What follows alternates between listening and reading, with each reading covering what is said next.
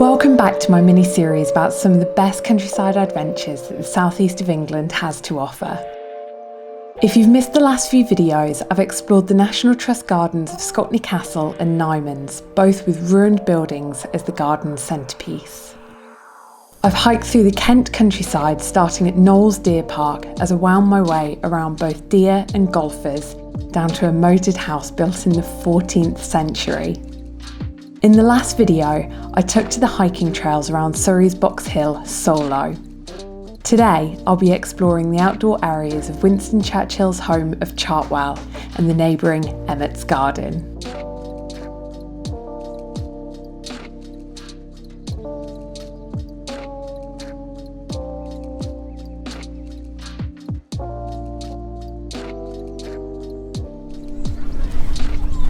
Winston Churchill was arguably one of the most powerful leaders in the world back in the 20th century, and today I've come to Chartwell, which is the family home of he, his wife and his 4 children.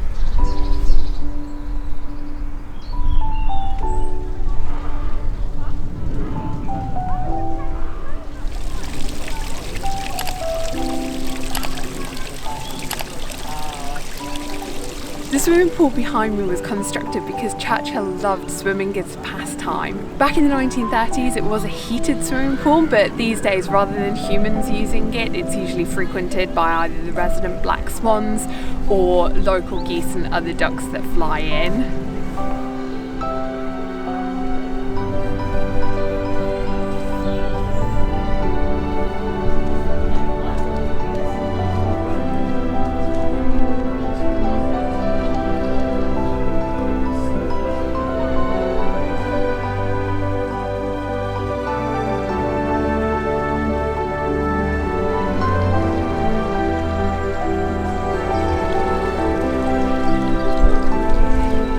This golden orb pond housed exotic fish that Churchill purchased from Harrods in central London. To get from here down to the swimming pool, there's cascading waterfalls. Churchill's wife had seen them at the Chelsea Flower Show and loved it so much that the designer gifted them to the family and just asked that they paid for the transport to get them down here.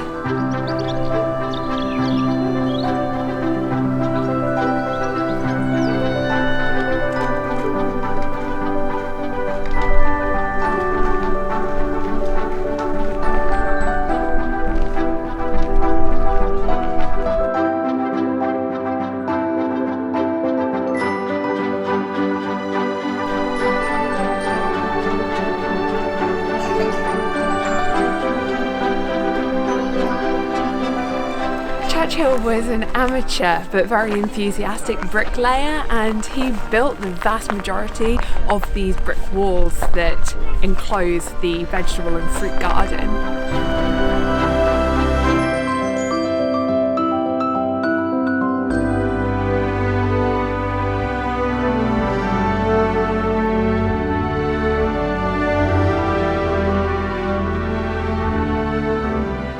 Chartwell, like many country homes, had a fruit and vegetable garden. When the family were living up in central London, they had a car once a week take the produce up to feed the family, and then on another day during the week a hamper was put together with more fresh produce, and that was sent up on the train.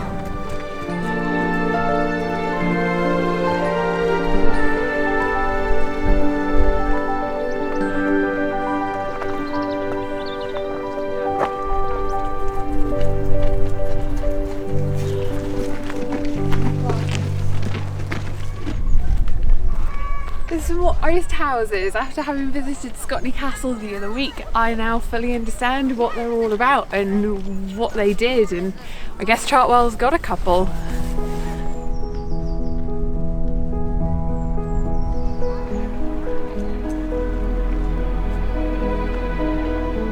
The upkeep upkeep of such an old building and huge expanse of grounds like this just became too much for the family. They ended up selling it on to a group of businessmen. Back then they paid £50,000 for it, but in today's money it's probably about 2 million or just shy of.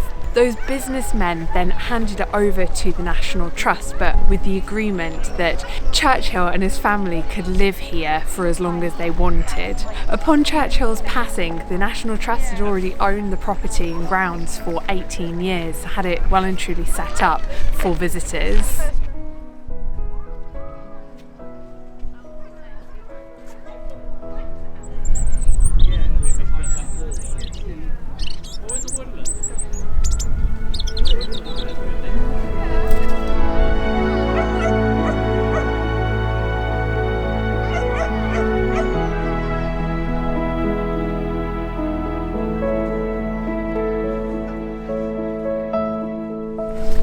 When the National Trust was finally able to open Chartwell up to the public, it proved to be so popular that the queues were so long that it made it into the national newspapers the following day.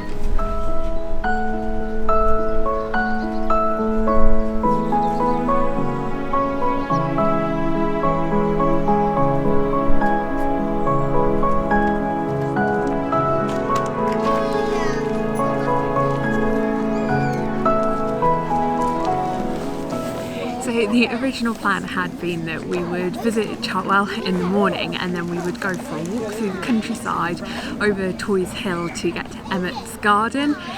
I think just miscalculated the timings of most of the things and we just completely ran out of time to be able to walk here and get here in time for our slot between 1 and 1:30. So we've just done the quick 10-15 minute drive between the two and we've now arrived at Emmetts Garden. So let's go and have a bit of an explore and see what this place has got to offer.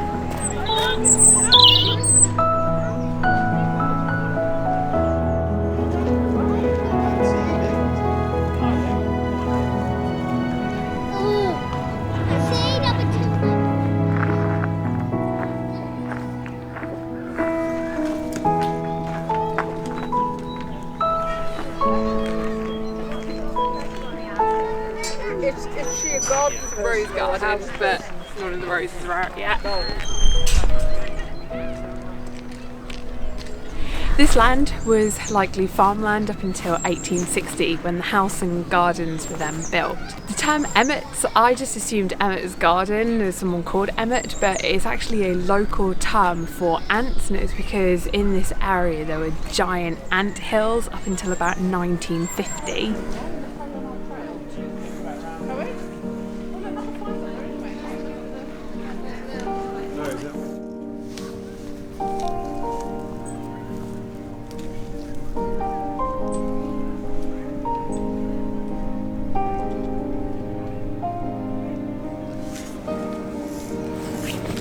Frederick Lubbock was a really successful banker, but someone who had a huge interest in plants and trees. He purchased this property back in 1890 and it's predicted that his older brother, who was very interested in ants, is probably someone who influenced him to purchase this place. The gardens were laid out between 1893 and 1895 and followed the very fashionable at the time Edwardian style.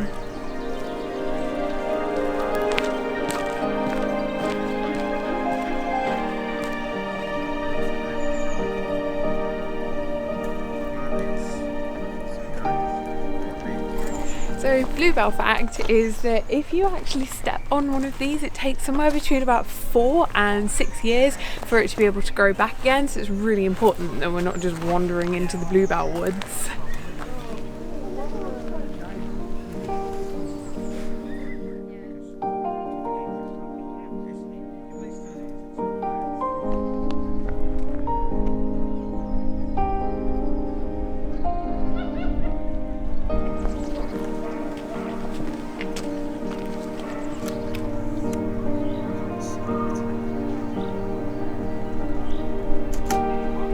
there's a couple of these like tulip patches, I guess, and there's electric fences that run right along the bottom. And at first we were trying to work it out, is it to keep out rabbits maybe? But they've actually put up a blackboard sign explaining that it's the badgers. So apparently our native badgers love to dig and eat the bulbs that grow tulips. So we've obviously put them up to stop them from getting eaten.